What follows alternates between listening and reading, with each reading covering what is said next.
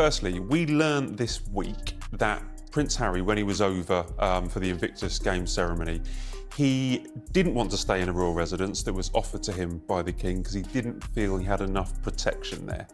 Does that make any sense to you? We've both been in palaces and royal residences. They're pretty safe, aren't they? What's going on here with Harry? How can he make that claim? They're protected by armed policemen, every one of them, and no exceptions. Unless you've got the right pass, no one can get in there. Now, you know, it's been known that people have climbed over the wall of Buckingham Palace, but they're pretty soon apprehended.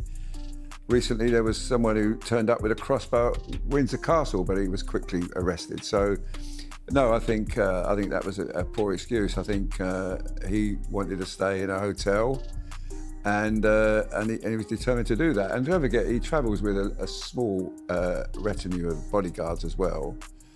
And so I suspect that was the reason why he did it. He had his own protection, and he felt that was enough. Well, the stories are changing, aren't they? So, famously, you know, they put a statement out saying that he wouldn't be able to see the King because the King was too busy. Now it emerges the King actually said, you can stay in one of our palaces if you want, and that means that me and you can have a bit of time to hang out. Now all of a sudden he's saying, well, I didn't want to stay there because I didn't feel safe. I mean, it just doesn't add up, No, does it? It doesn't. And this is the story of Harry, though, you know, ever since he decided to leave the royal family and go his own way in the United States. And he's just behaving, I think, sometimes appallingly. Certainly some of the things he said about members of the royal family, certainly, and Camilla and Catherine and his brother. I think you just don't do that with families. You know, your families are the most important thing in your life, and you just do everything to keep the family together and at peace. And I imagine the King's sort of unhappy with Harry being around people where he could learn stories and hear gossip and then put it in either his next book or his next podcast or his next radio or TV interview, and it looks like he's well informed. But of course, you know, the King felt very upset with that last thing Harry did, the book, especially what he said about his lovely wife Camilla. You know, because I mean they're a very loved up couple, and you know, to offend our Queen like he did in that book, you know, it really upset the King, and you know, I don't think he could easily forgive that. And I imagine the King's had strong words with him over it. Probably reason why he didn't want to go and stay with him, because he probably would get another lot. But it might not only be the King that didn't want Harry staying in a royal residence. Well, you know, I think if you're referring to his brother, well, you know, I think that's going to take an awful lot of peacemaking for that feud to end, because William's pretty angry about that, and he doesn't seem to care who he tells about that. You know, he feels that you know, his brother. Well, just referring in that opera, well, Meghan as well, referring to that Oprah Winfrey interview about, you know, the royals are racist in many ways because they questioned the colour of Archie's skin. Well, I mean, you know, I've talked to people with mixed race, and they say, well, that's a normal conversation you have when you're expecting your first child. And they've gone back on that as well. Well, now they have, yeah. But you know, then he quickly said, oh, it wasn't the Duke of Edinburgh or the Queen that said it. And then, you know, and at a later date, the Queen put out a statement saying, you know, our recollections vary. Well, I imagine, you know, most people will realise that was just the Queen saying, look, we don't believe anything you say, you know. So, in my view, Harry, if he comes here, fine, he's welcome here. Obviously, he's a prince of the realm, although he's decided to keep the title but not do any work. I don't think he's entitled to stay in a royal palace. I think he, you know, book into a hotel any time, but you know, he's not putting. Look, you know, to be a member of the royal family in this country is a huge job. You're on show, you're in this electronic goldfish bowl all the time. People watching you, watching everything you do, everything you say, and a lot of responsibility that carries. And he didn't want that anymore. He wanted to go. I don't know why he went, because he was so popular here. I remember working with him. He was fantastic. He was just amazing. He was, especially with children, he was absolutely brilliant. And I travelled the world with him, and I did really enjoy working with him. But you know, now I really don't care if I ever see him again, because the way he's behaved towards the King, our Queen and his brother and his sister-in-law is appalling.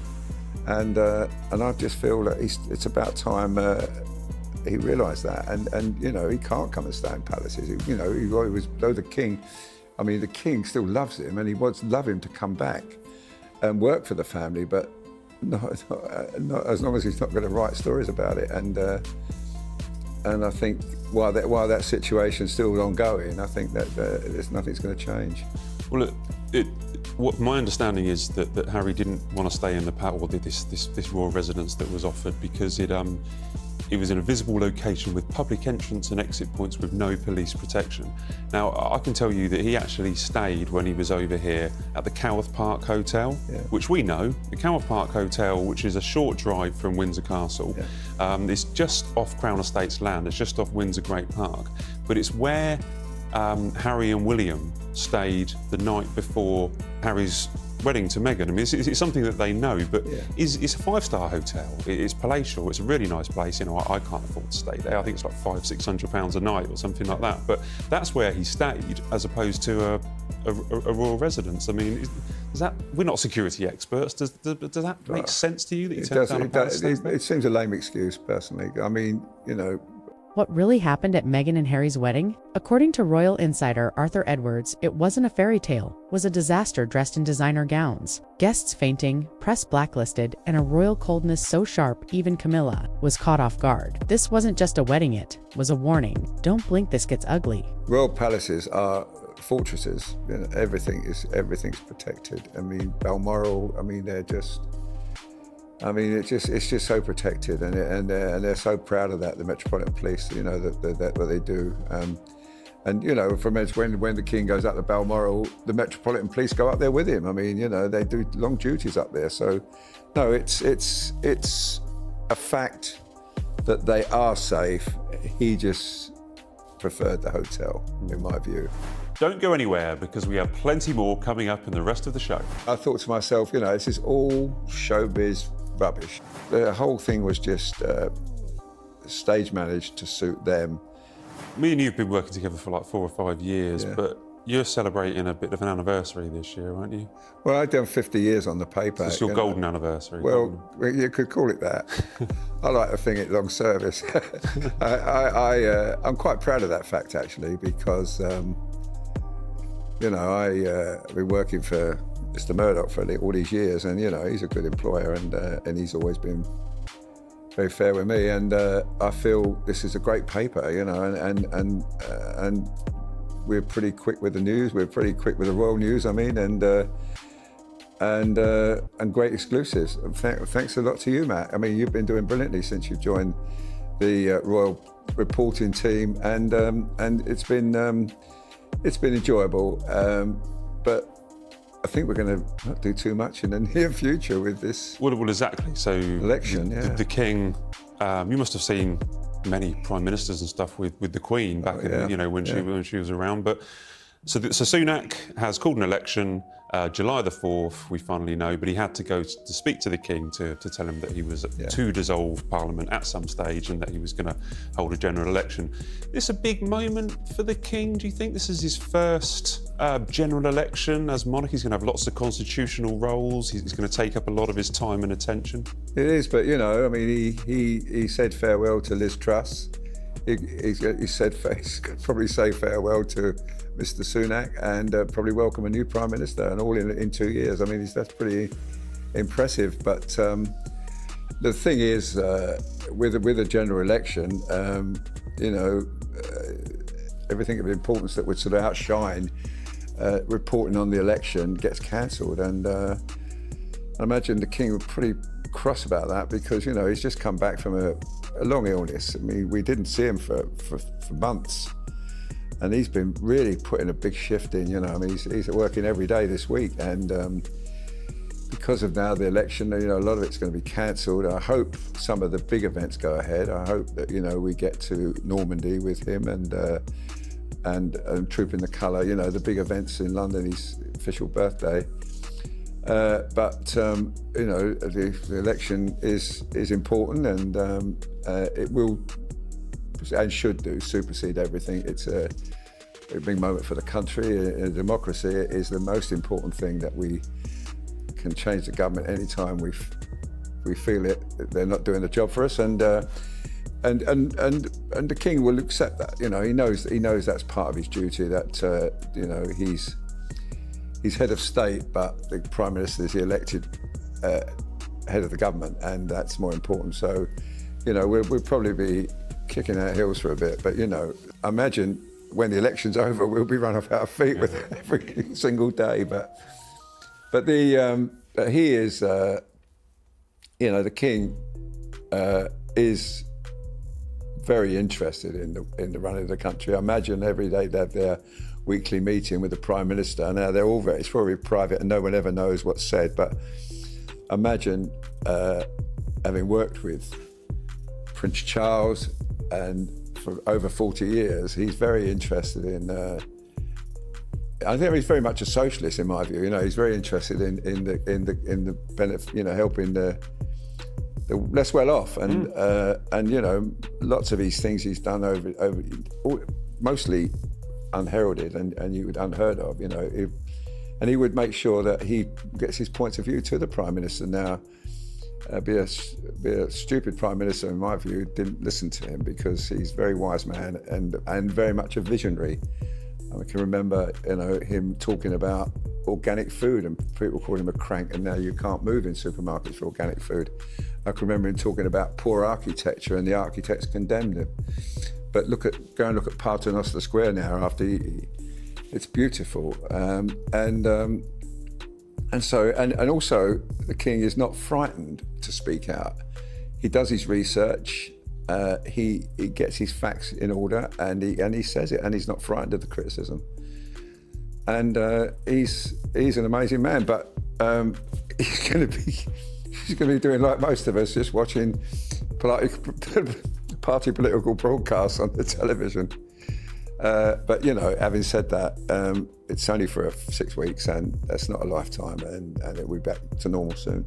Well, it might help him really, because he set off at such a huge pace after the doctors said that you know, he was okay to kind of return to work. But there was a sense of frustration, I think, wasn't there, with the king earlier this year, that his reign had kind of been interrupted while he was dealing with his cancer treatment. I think he was happy. He said the other day he was glad to be out of his cage on an engagement. Yeah. You know, now he has to go back into the cage a couple of weeks. But we still should get him at trooping, Royal Ascot. These things were, you know, will be great. But it'll just be as you pointed out, it'll just be, you know, some of the, not the more mundane, but some more of the that may be veering into kind of political areas, or might be, you know, a little bit vulnerable to be talking about, you know, major political issues and stuff like that. Yeah, I also think our Queen, Camilla, will be relieved, because I was with her last week in Rye in Sussex, and she said,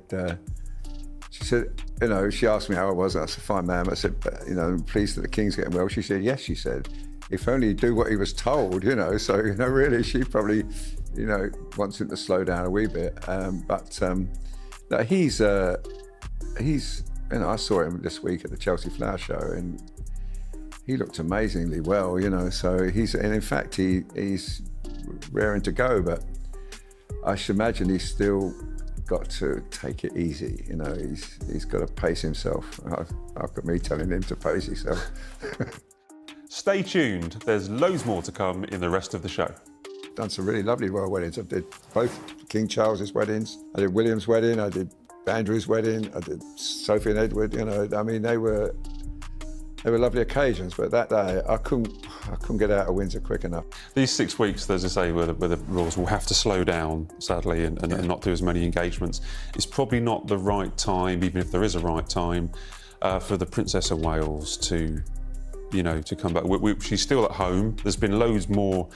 The usual suspects have been going online and making up nonsense. I can say she is at home, she is still recovering, she's still kind of obeying doctor's orders, but there's absolutely no need to rush her back, particularly as everything's going to be about the election at the moment. I think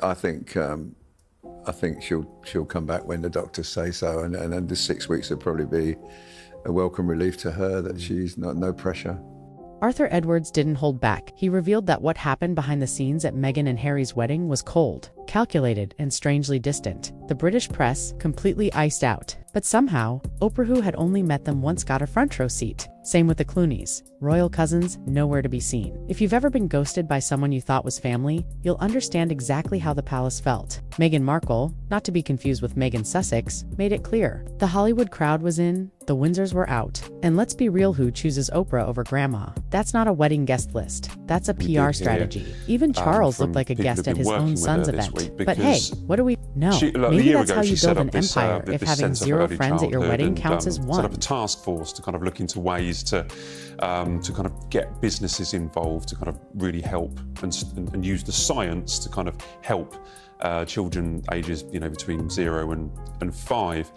There was a briefing this week because they announced their first report. It was a 60-page report saying that if they put these proposals into place, they could £45 billion back into the government coffers. But we were told that not only had the Princess of Wales read the report, she was the driving force behind it, and she was excited by all the proposals that come out. Bearing in mind that we know that that she is unwell and she's recovering, is this the Princess of Wales that who's still working behind the scenes and getting involved in her big projects? Is this what we should expect of her? Imagine, like the King, when getting treatment, he was still working on his boxes and stuff. I imagine she's doing the same. I imagine she has her staff, planning things and events and also projects that she's heavily involved in. So imagine, even though we're not seeing her, she's not making public appearances, I imagine she's still pretty busy doing that. And and I think she's just an incredible woman in my view. She not only a mother and rearing 3 beautiful children, she's a great member of the royal family. She's a hard-working member of the royal family. She's a great photographer, I have to say that. I must say her pictures get better and better, and she shares them with us all. And she's just a huge star in the royal family. I mean, there's no secret that she is the biggest star of them all. And she's obviously recovering, and when the doctors say you can get back and go out there and engage with the public again. I mean, the thing is they can't engage with the public because of infection, that's the problem. So it's not like she wouldn't want to, it's just she's ordered not to. And so look, the King, we had to wait patiently for the King, and he made his return and he's back working back to normal. And let's just see, it won't be long before I think we'll see Catherine again. But this 6-week break now will be good for her, I think. It was a shame that they are short-handed at the moment. Although I did see Beatrice and Eugenie this week at a garden party supporting William, which I thought was quite nice, actually. I mean, they're lovely, lovely girls, those. I've known those since they were children, since they were come out of the hospital in their mother's arms. They are just super girls, and that was a great support. And then I saw Zara Phillips there as well. So remember some of these younger members could get involved in, well, for instance, the garden party. I mean, William took that on himself. I think the King was due to be there and he had to cancel for some reason.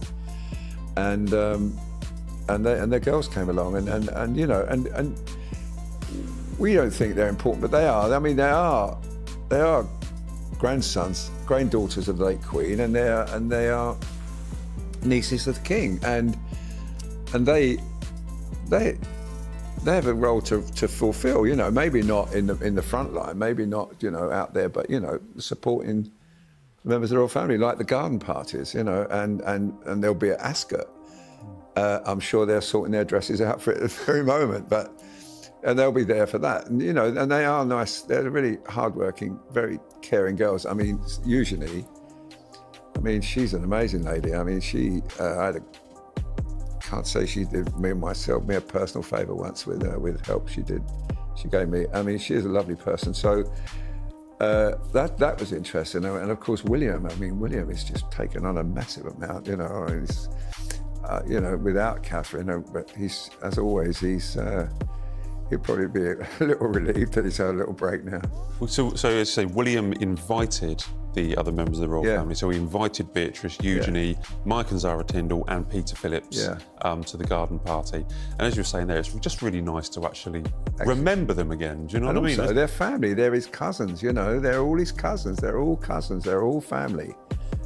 And you do, and I just think it's a lovely thing. I just think it's a really nice thing. And Do we need to see more of them, Arthur? I would like to see more of Beatrice and Eugenie. Yeah, I do. Working royals, or I don't know. I mean, I should imagine the King's giving it some thought because Arthur's take. Meghan never wanted the crown, she wanted camera angles. The wedding felt like a trailer for their Netflix series. Flashy, fake, and painfully awkward. People were collapsing from heat exhaustion while Meghan floated past like it was the Met Gala. One guest said it felt like the Hunger Games, but for hydration. The only thing colder than the canapes was the vibe. Harry, meanwhile, went from national treasure to royal spare with a podcast. He says he left for safety, but booked himself into a 5-star hotel with glass doors and 0 guards. Really, Harry? Even your excuses are working class now. And let's talk parenting. Deadbeat dad doesn't apply to Charles, but Harry's. Relationship with reality, that might qualify. Meghan Markle, the queen of I don't know what this means, but I'm going to say it anyway. Stick around because what's coming next is worse than the wedding cake. and couldn't get away from Windsor quick enough. And I remember showing Camilla in I think Munich, the first pictures of Archie that was taken by the Press Association. I remember showing her on my phone, and she said, and that was the first time she saw him. You know, so it was difficult times. I have to say though, you know, that first year of Meghan, that working with her on the road, I mean, you know, we went all over the country. I mean, she was incredible. I mean, I thought she was, and I was saying this, you know, I thought she was a great asset to the family. And I kept asking the palace if we could have a meeting with her. You know, the royal people, the people who cover the royals, could have a meeting with Meghan, like we did with Catherine. And, you know, so introduce ourselves and let her to know who was writing about her and photographing her. And I was assured it was going to happen, but it never did. And then pretty soon, like, you know, she'd made her mind up that they were going, and that was it. But do you get a sense that they made, if you're talking about the wedding, everyone was made to feel unwelcome? not everybody, just the Just British the British media. press, yeah, just British the people press, that yeah. travel the whole world, Yeah. spend their whole life. All my life, you know, and then Oprah Winfrey had met them once. She was a Yeah. guest. The Clooneys, you know, the guests. I mean, never met them before, but they were the guests. And, you know, I thought to myself, you know, this is all showbiz rubbish, you know. Did you ever get a sense then that they wanted out, that they wanted a California life, that they wanted showbiz, that they weren't interested? If they weren't interested in making people feel welcome at the wedding, it just seems to me they made a decision back in 7 years ago. Well, I'm looking. I mean, Oprah Winfrey was there, and then the first big interview they did was with Oprah Winfrey, and you know, most of that interview was left on the cutting room floor because it was so one-sided and it was so unfair. And I think about watching it now, and you know, the visit about Archie and the colour of his skin. And I knew they'd be seething. I knew the Queen would be seething. I knew that the Prince of Wales, Prince Charles, would be seething. It would be so unfair, because one thing they're not is racist. You know, they are not. I've been with the King all over Africa, all over South America. I've never seen only just engaging and enjoying the company of these people. So, you know, it would be no way that he would be like that. He's just and it was just an unfair thing to say. But it was, you know, I mean, she delivered it like an actress delivered it, and Oprah responded going, wow, you know, as though like. You know, it was awful, and then of course some of the Netflix stuff and the book. Oh God, you know, it was dreadful. But so to confirm, Arthur, you didn't do anything to celebrate Harry and Meghan's 7th wedding anniversary. I'll tell you what, no, I don't even. I'm surprised it lasted that long. No, many people said it wouldn't. It has. I mean, they obviously, you know, they're probably happy together. They've got 2 lovely children. And it's one of the saddest things of all, Matt, of course, is that the children don't get to see their grandfather, either grandfather, you know, and that's really so awful, because they're not getting to meet their cousins and to know their cousins, and it's such a shame for them. There it is. Happier times this week.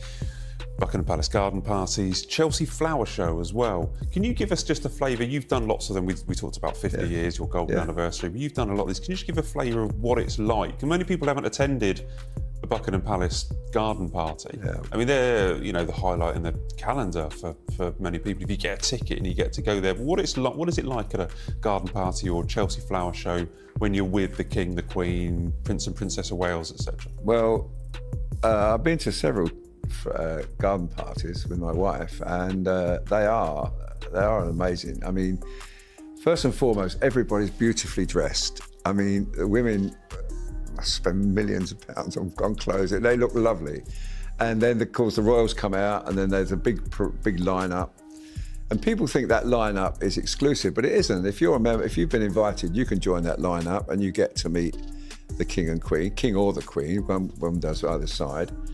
But the food is lovely. There's so much of it. The tea is absolutely. I mean, tea is my favourite drink. It's absolutely. I can testify for that. Yeah, and it's really, and you can walk around the gardens and the lake, and it's the most beautiful afternoon, and you see so many people, or they know you, and it's a really, and the 2 hours it goes in a flash, it goes so quickly, but it's really lovely, and.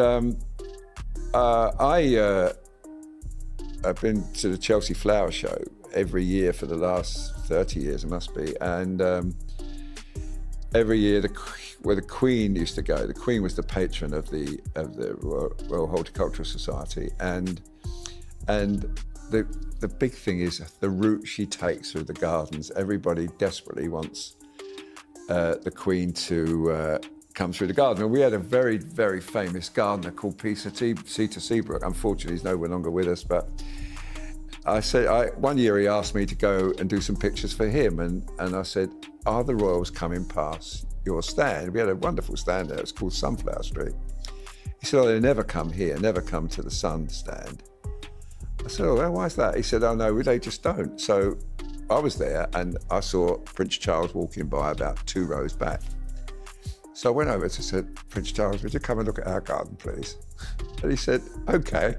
And he came over, and Peter, went straight into his rawhide beat mode, and he started telling the King about what they were doing. And it was a fascinating, it was called Sunflower Street, and there was a bridge across the top.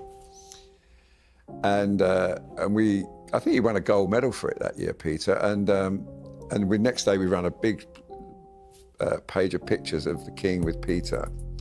The following year, we had the Queen Mother, Princess Margaret, the Emperor, the Crown Prince of Japan, and Chelsea Clinton all came to Peter's stand, and so it then became normal. And in fact, the last time the Queen, she came just before she died, the year before she died, and she came to Peter's stand, and Peter had got this special bouquet made of flowers he'd grown in his own garden for her. And I remember getting the Queen sort of smelling the flowers, and she came in a little carriage, a little sort of cart, so legs were not too good to walk around.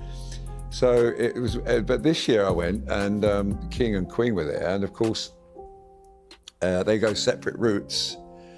One of the nicest pictures I took on the route was when they passed each other or going their separate ways, and they were laughing at each other, meeting each other. So it's been a busy week. I mean, there's been garden parties, there's been the flower show, and now there's been a 6-week break. Well, exactly.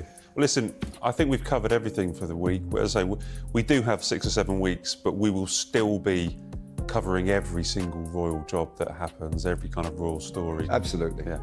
Right, thanks Arthur, thanks for coming on. I've had a great time. It's a pleasure, Matt. It's a pleasure working with you, Matt. And we'll see each other in hopefully in Normandy for the D-Day celebration. Please God, yeah. Thanks very much. Thank you. Thanks so much for watching. If you like the show, then please subscribe for more royal content. So was Meghan and Harry's wedding a royal celebration, or the soft launch of their Hollywood hustle? One thing's clear: what Arthur Edwards saw that day wasn't love and legacy. It was a red carpet with crowns. And if this is how it started, imagine what's still being hidden. But hey, we'll save that for another day. Until then, stay curious.